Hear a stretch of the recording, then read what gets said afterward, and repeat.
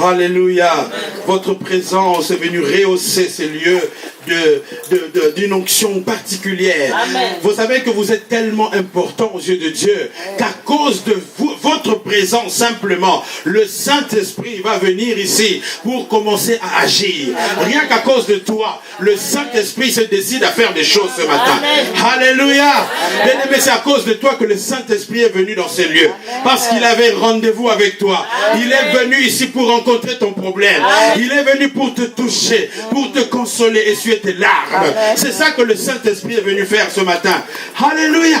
Nous sommes contents, bien-aimés, parce que la parole de Dieu dit que moi je suis dans la joie quand on me dit allons dans la maison du Seigneur. Amen. Il faut être dans la joie quand on dit allons dans la maison du Seigneur. Pourquoi? Parce que le Seigneur n'est pas comme chez les dentistes. C'est un Dieu d'amour. Il est là pour te faire du bien. Amen. C'est un Dieu de consolation. Et cette année, notre thème de toute l'année, c'est le Dieu de consolation. Bien-aimé, Dieu est un Dieu de consolation. Il veut essuyer les larmes d'une personne. Il y a quelqu'un qui a beaucoup trop pleuré pour Dieu. Dieu dit que ça suffit maintenant. Tu as trop pleuré, je ne veux plus voir tes larmes. Je veux que tu te lèves dans la joie. Et la Bible dit que la joie du Seigneur est notre force. Alléluia. Dieu veut que tu sois dans la joie, bien-aimé. Amen. Alors, ce matin, nous allons parler de quelque chose de très très important. Alléluia. Nous voulons parler de la sentinelle. Alléluia. Alors, c'est une thématique qui est venue dans mon esprit depuis déjà plusieurs moments, plusieurs mois, je peux dire. Mais maintenant, je pense que c'est le moment que nous puissions parler de ces choses. Voyez-vous, j'avais prévu un autre message ce matin. Je voulais continuer dans le sens de la consolation. Hein? Mais de toute façon, tout converge sur la consolation. Mais nous devons être flexibles et sensibles au Saint-Esprit. Amen. Bien-aimé, le patron de l'Église, c'est le Saint-Esprit. Nous marchons selon l'Esprit de Dieu. Nous ne marchons pas selon une religion. Et nous ne marchons pas en fonction des caprices, des émotions des uns ou des autres. Nous marchons à cause du Saint-Esprit. C'est lui qui est le patron ici, c'est lui le boss. C'est lui qui nous dit ce que nous devons faire. Et l'Église doit fonctionner selon le Saint-Esprit. À l'Église, nous marchons selon l'Esprit. Et l'Esprit ne peut pas le mettre dans une boîte pour dire que ça fonctionne comme ça. Le Saint-Esprit est souverain. Il peut décider de changer ce qui était prévu. Le Saint-Esprit peut bouleverser l'organisation de toute une église. Il a le droit de changer le programme de toute une église. Alléluia. Voilà pourquoi nous avons changé le thème de ce matin. Nous voulons parler de la sentinelle. Quelqu'un dit à son voisin la sentinelle. Alléluia. En fait, ce que Dieu voudrait dire ce matin, c'est à son peuple, c'est pour dire sois la sentinelle de ta propre vie, sois la sentinelle de ta famille, sois la sentinelle de tes amis, sois la sentinelle de ton frère qui est assis à côté de toi. Alléluia. Nous sommes des sentinelles, bien-aimés. Dieu nous a établis pour être des sentinelles. Amen. Alors nous allons lire pour cela Ézéchiel chapitre 33 à partir du verset 6.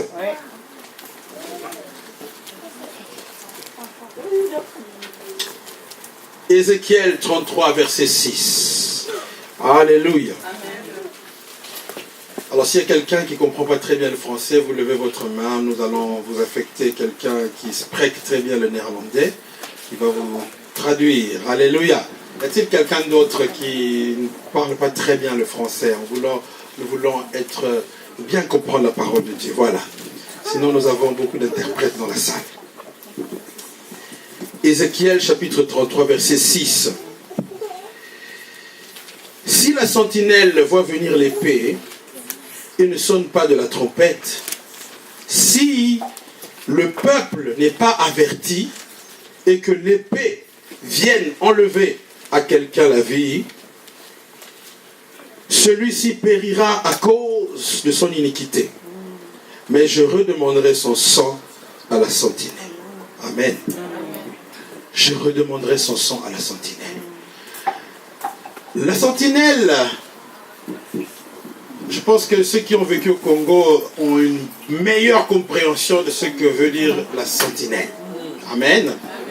La sentinelle, c'est quelqu'un que on engage pour surveiller, pour assurer la protection de la maison. Alléluia.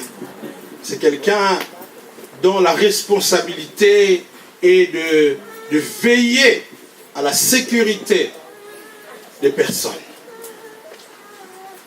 Et vous verrez que les chefs d'État, les grands hommes de ce monde, les ministres, sont toujours accompagnés de bodyguards qui protègent, qui assurent leur sécurité. Alléluia. Et bien aimés, les sentinelles sont des fournisseurs d'un service de protection. Alléluia. Ils sont là pour offrir des services de protection, de la sécurité. Et lorsque les gens veulent obtenir un service, c'est parce qu'il quelque part il y a un besoin. Alléluia. C'est comme les sociétés de transport en commun, de Lane, Steve, Tech. Ils sont là pour offrir des services de transport. En fait, offrir un service, en d'autres termes, c'est résoudre un problème de quelqu'un. Alléluia. Lorsque quelqu'un offre un service, derrière ce service, il y a la solution à un problème. Et lorsque Dieu dit qu'il faut qu'il y ait des sentinelles, ça veut dire qu'il y a un besoin quelque part de protection, de sécurité. Il y a un besoin de sécurité qu'il faut que quelqu'un puisse satisfaire. Alléluia. Et ça, c'est le rôle de la sentinelle. Il doit offrir à des gens qui sont dans l'insécurité, qui seraient susceptibles d'être attaqués, de la protection. Ils doivent les protéger. Ils doivent les avertir lorsqu'ils ressentent un danger venir.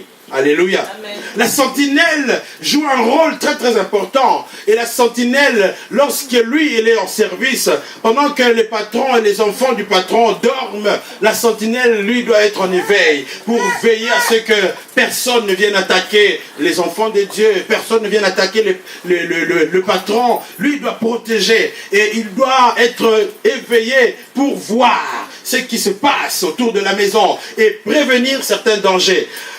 Dans l'ancien temps, dans l'Ancien Testament, les villes de l'Ancien Testament étaient souvent des villes fortifiées. Il y avait des murailles autour de la ville. Lorsqu'on parle d'une ville fortifiée, ça veut dire que cette ville est entourée par une muraille.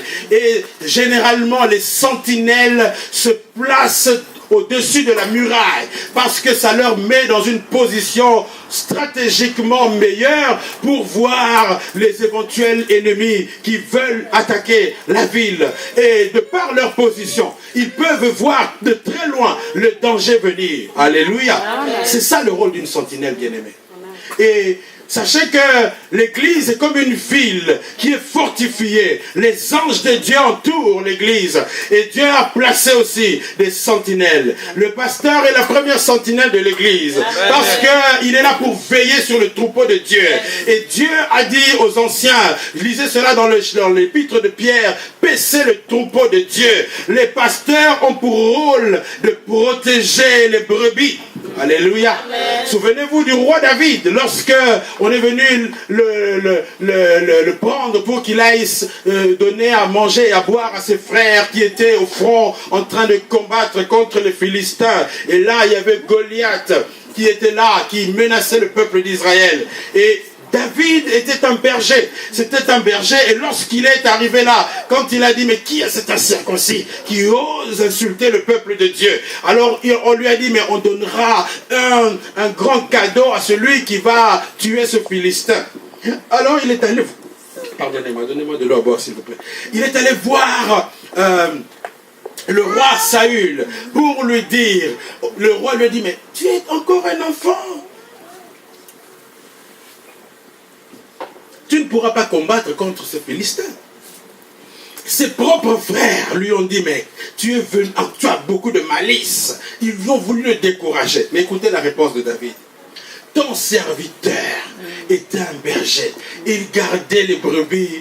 Et lorsqu'un lion venait attraper la brebis, je le poussais poursuivais et je l'arrachais de la gueule du lion. Lorsqu'une brebis tombait dans la patte de l'ours, je le poursuivais à main nue, s'il vous plaît, et je l'arrachais de la patte de l'ours. Ça, c'est le rôle d'une sentinelle. Il veille sur le troupeau. Bien-aimé, le pasteur doit avoir l'onction nécessaire pour vous arracher lorsque vous êtes dans la patte de l'ours. Et ça, c'est, voyez-vous, c'est ça la mission que Dieu assigne à des pasteurs, de protéger les brebis. C'est pour cela que l'église est un endroit formidable, parce que vous êtes au bon endroit où il y a la protection de Dieu. Alléluia. Alléluia. C'est ça, bien-aimé. Bien-aimé, il n'y a pas d'autre raison. Je ne comprends pas pourquoi il y a tellement de déviations dans les églises où les pasteurs deviennent comme des grands boss, où les gens doivent venir les adorer carrément, se prosterner devant eux. Ce n'est pas ça le but de la mission. Ce n'est pas ça la mission du pasteur.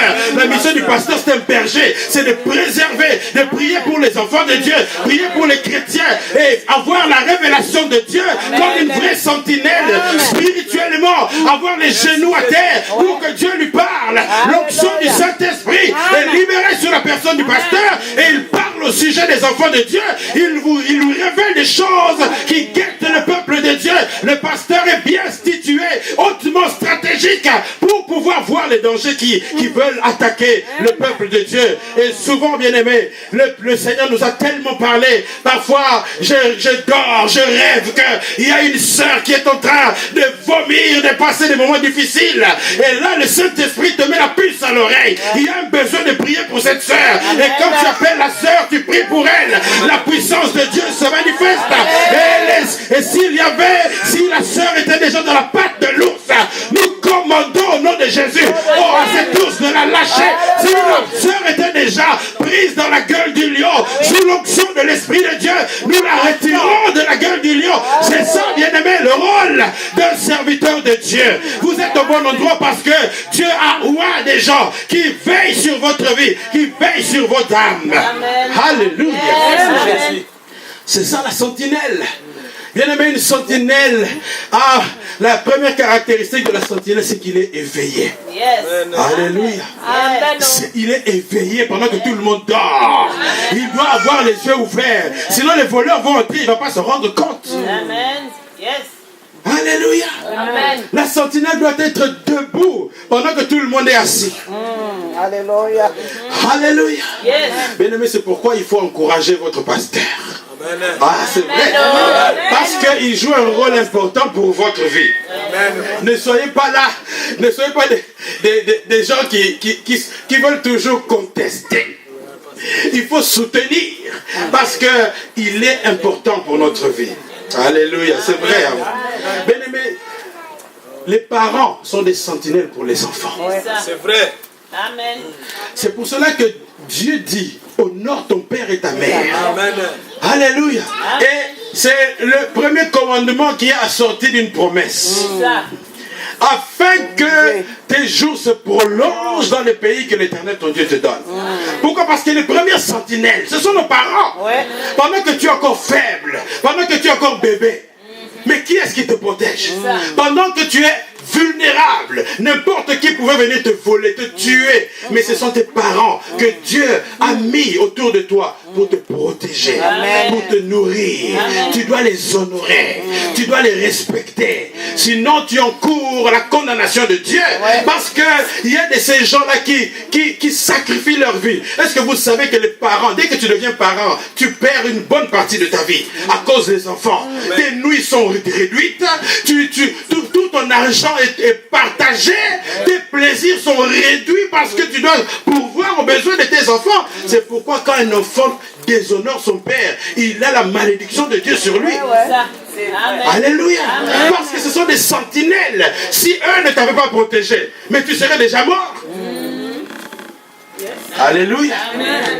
Si tes parents ne te protègent pas, et même spirituellement, même les parents qui ne prient pas, ils protègent leurs enfants. Parce qu'ils ont une onction de la part de Dieu. Même s'ils ne connaissent pas le Seigneur, mais Dieu a établi ainsi les choses. Les parents, vérifiez bien dans les familles africaines, si les parents sont vigilants, si les parents qui sont éveillés, même qu'ils ne prient pas, ils détectent les sorciers qui veulent attaquer leurs enfants. Et vous verrez que, faute d'avoir l'onction du Saint-Esprit pour anéantir la puissance de la sorcellerie, ils vont aller menacer physiquement les oncles et les tantes qui vous ont mis dans leur collimateur. Amen. Et vous verrez que les tantes vont commencer à trembler un peu.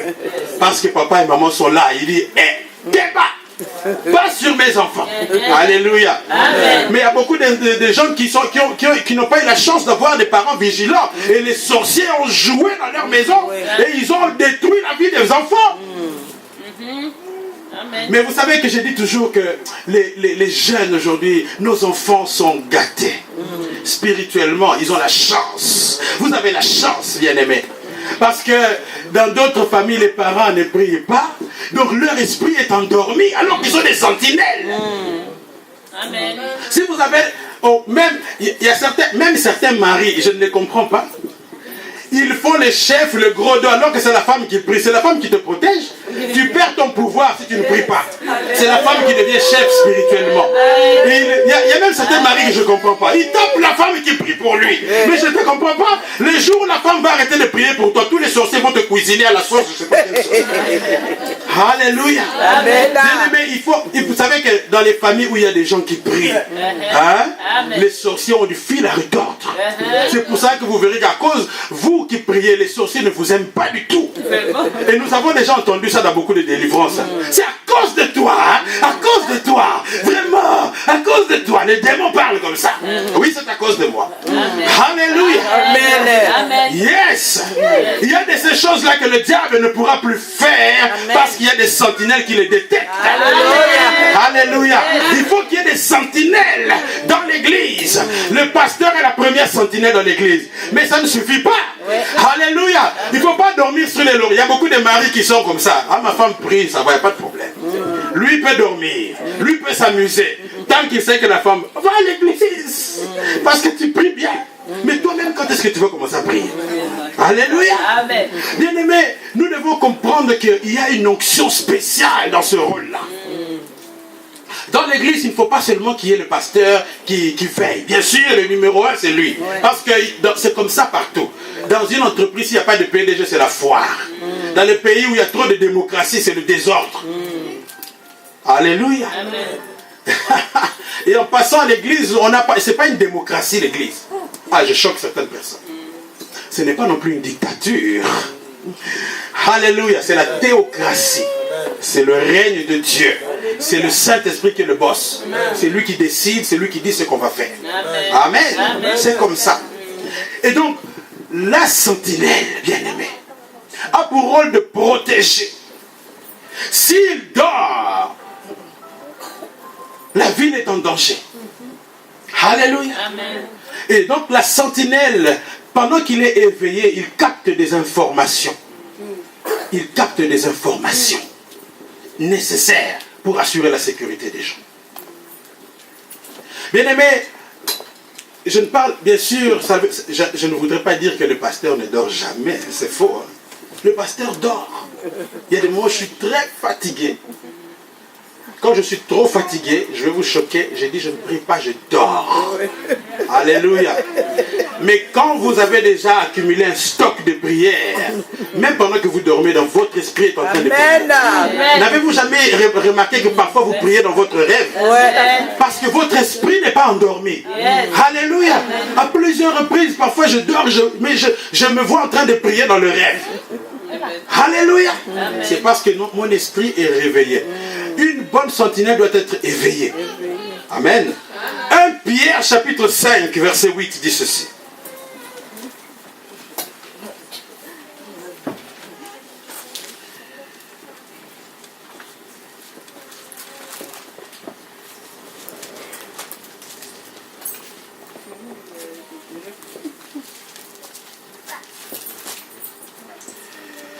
Soyez sobres, veillez. Votre adversaire, le diable, rôde comme un lion rugissant, cherchant qui il dévorera. Alléluia. Amen. Je disais qu'il y avait un besoin de sécurité, un besoin de protection. Mais d'où vient que les gens ont besoin d'avoir une sentinelle spirituelle? Mais c'est parce que vous devez comprendre que, en dehors de ce que nous voyons, alléluia, en dehors de ce qui est visible, il y a aussi des puissances invisibles. Alléluia. Et bien aimé, ne pensez pas que il n'y a que vos amis sur la terre. Il y a aussi des ennemis. Chacun de nous a des ennemis, que ce soit des ennemis physiques, que des ennemis spirituels. Alléluia. Amen. Autant les ennemis physiques vous veulent du mal, autant encore plus les ennemis invisibles vous veulent du mal. Alléluia. Amen. Un ennemi, ce n'est plus ni moins une personne qui ne vous veut pas du bien. Alors ne dites jamais, moi je n'ai pas d'ennemis. Il y a les gens trop spirituels, les TTS là. Moi je n'ai pas d'ennemis, je suis bien avec tout le monde. C'est faux. Tu as des ennemis. Amen. Alléluia. Amen. Les ennemis, ce n'est pas parce que toi tu veux avoir des ennemis, mais c'est parce qu'il y a des gens, même si tu es gentil avec eux, mais pour eux, ils veulent quand même être tes ennemis. Amen. Tu peux faire tout ce que tu veux à certaines personnes, leur donner même les 3/4 de ton compte bancaire, mais ils vont quand même te détester. C'est comme ça.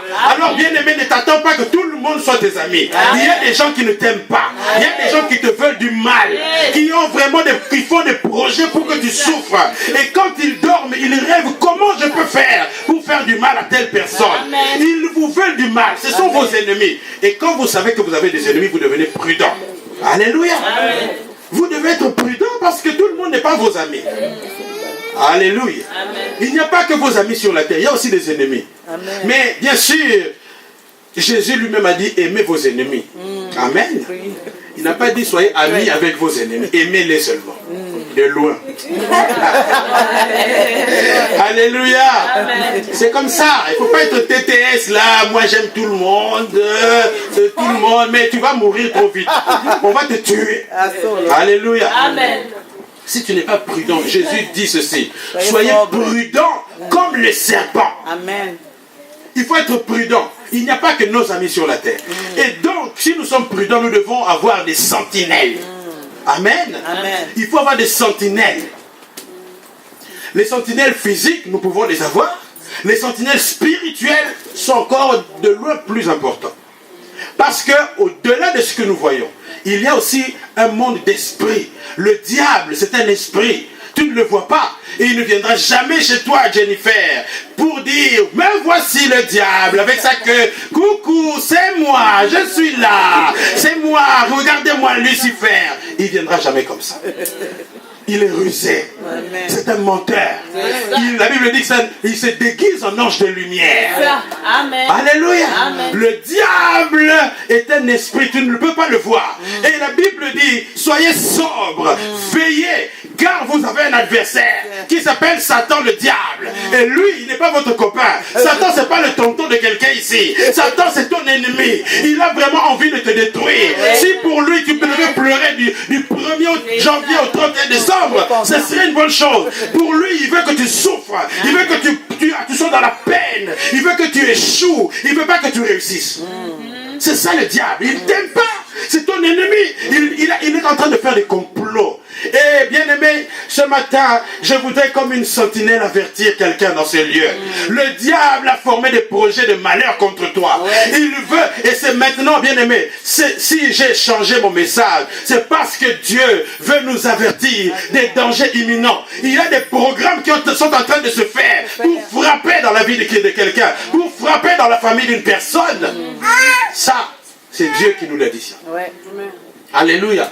Et la Bible dit que si la sentinelle n'avertit pas le peuple, Dieu lui redemandera son sang. Si je ne vous avertis pas, Dieu va me redemander votre sang. Alors je vous avertis, parce que le diable veut faire quelque chose qui va détruire, qui va vous faire pleurer. Satan veut frapper dans votre famille. Si vous ne vous levez pas dans la prière, vous allez compter des morts. Si vous ne vous levez pas dans la prière, vous allez commencer à pleurer. Vous allez être surpris. Mais la Bible dit que mon serviteur, l'ennemi ne le surprendra pas. Alléluia. Bien aimé, le diable ne peut pas nous surprendre si nous sommes éveillés, si les sentinelles sont réveillées pour veiller, pour vérifier qu'est-ce qui se passe. Les bonnes sentinelles doivent avoir des jumelles pour voir très loin.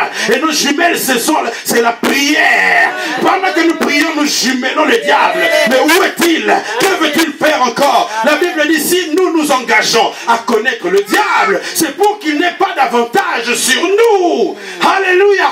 Tu dois chercher à savoir comment le diable opère, que par quel moyen est-ce qu'il veut m'attaquer. Tu dois comprendre les ruses et les manigances du diable. De cette façon-là, il ne pourra pas avoir de l'avantage sur toi. Alléluia. Ne sois pas ignorant de Satan. N'ignore pas qu'il existe. Il y a beaucoup de gens qui veulent dire, mais le diable n'existe pas. C'est une caricature. C'est juste une image.